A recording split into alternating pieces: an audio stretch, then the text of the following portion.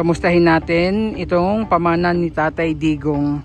So by June 12 this 2025, 3 years na po ito since binuksan sa publiko. Kasi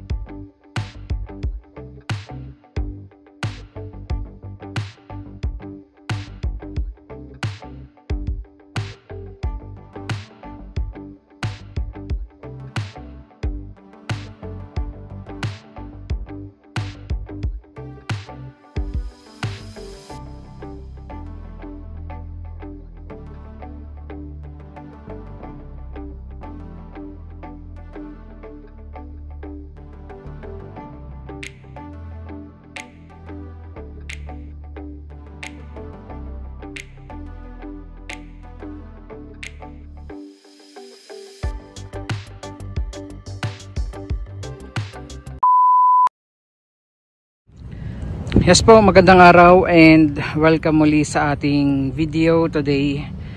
Okay, so nagbabalik ulit tayo dito sa Dolomite Beach. Kamustahin natin itong pamana ni Tatay Digong. So by June 12 this 2025, 3 years na po ito since binuksan sa publiko. Kasi if you remember, June 12, 2022, bago bumaba sa pwesto si Tatay Digong, doon po formal na binuksan sa publiko itong Dolomite Beach. And this coming June 12, 2025, bale 3 taon na po ito na na-enjoy ng milyon-milyon na mga bumibisita at pumapasyal dito. Yes po, no, dahil millions of visitors na po ang namasyal dito. So today is Monday, May 26, 2025, 5:30 po ng hapon. Ayan. Medyo okay yung panahon ngayon, hindi maaraw. Kaya masarap pumunta dito. So syempre kamustahin natin, kamusta na nga ba itong Dolomite Beach. Pero bago yan, punta muna tayo dito sa dagat, no? So ito yung mga kababayan natin na nag-enjoy this afternoon. Maganda yung panahon kasi yung hindi maaraw, no? Kasi katatapos lang umulan. So ayan, tuloy-tuloy yung dating ng mga tao. Kahit na ilang minuto na lang po ay magsasarado na itong Dolomite Beach dahil until 6 PM lang po bukas ito sa publiko. And yan yung mga kababayan natin. Mababa yung dagat, no? Low tide this afternoon. Yan, ganda ng dagat, walang basura. Yan, pasilip ko sa inyo yung mga nag-enjoy ngayong hapon po.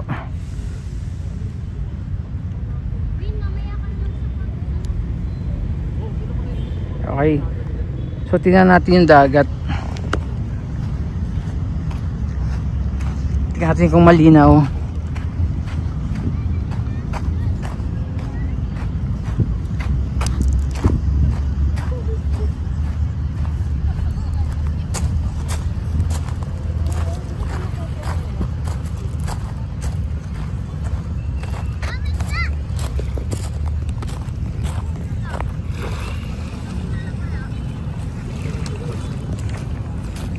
Ayan yung ating dagat ngayong hapon.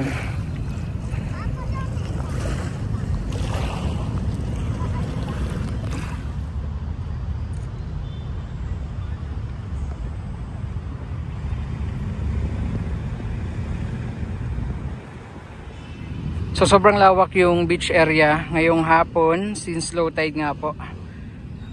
Ayan, pakita. Ikot ko muna yung ating camera. Ayan, sobrang lawak.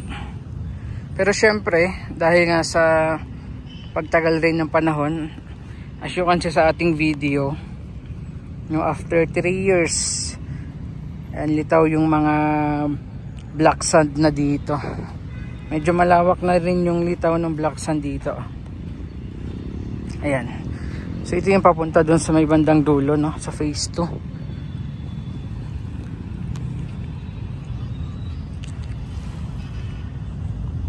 Ganda ng dagat. May mga pailan-ilan lang pong mga basura, no, mga kalat. Pero sa dagat walang basura. Ayan. Ganda ng dagat. Tingnan niyo po. kalmadong kalmado. Wala rin pong amoy hanggang ngayon. Ang sarap pa rin ng simoy ng hangin dito sa loob ng Dolomite Beach.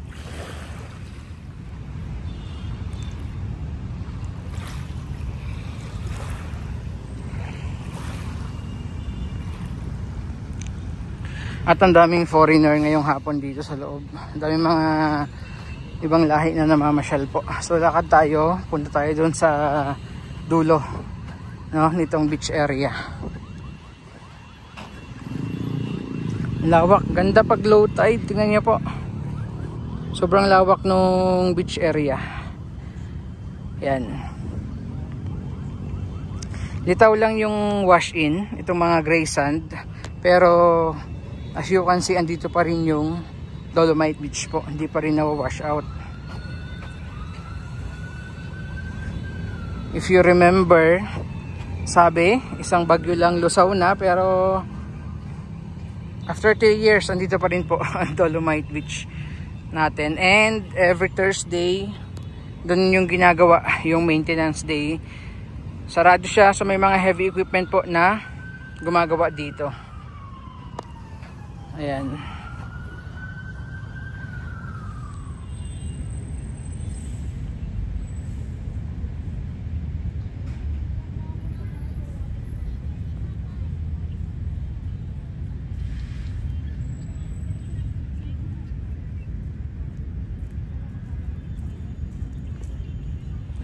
So sa mga gustong pumasyal dito na hindi pa po nakakapasyal, open po ito everyday except Thursday from 6 AM to 6 PM.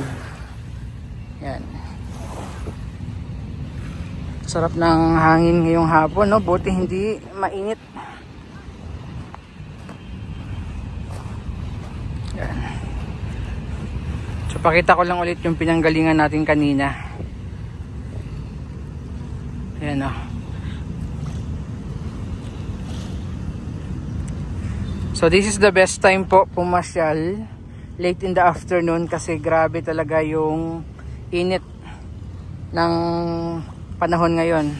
So kung gusto nyo pumunta dito, the best time po is early morning or late in the afternoon. Sa mga sunset lover dyan, yun po yung magandang oras or best time na pumunta dito. So far okay naman ang dagat, no, malinaw kahit papaano. Sadyang makulimlim yung panahon, tsaka sumabay din po yung low tide. Pero kita naman sa video, kitang kita yung buhangin o yung Dolomite sand sa dagat, no, ilalim ng dagat. Yan, so halos malapit na tayo dito sa may bandang dulo.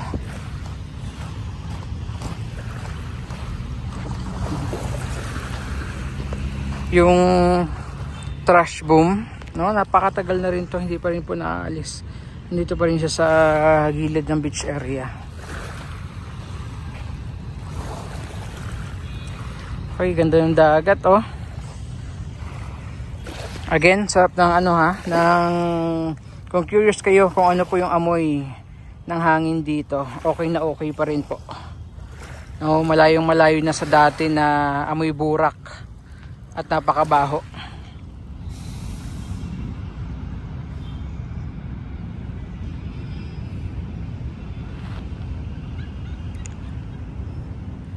So wala na tayong update sa banyo, sa water quality, kung ano na ba yung fecal coliform, no? At syempre itong Mandamos office. So wala na tayong mga update sa mga bagay na yan. At bihira din kasi tayo magawi din dito, no, dahil wala na rin pong bago since then na inopen nga itong Dolomite Beach sa publiko. So madalas meron dito, no, yung dragon boat competition. Tapos may mga clean up drive pa rin naman ng iba't ibang mga grupo and mga volunteers. So yan muna yung ating update this Monday afternoon, May 26, 2025. Marami pong salamat, God bless, and ingat po tayong lahat.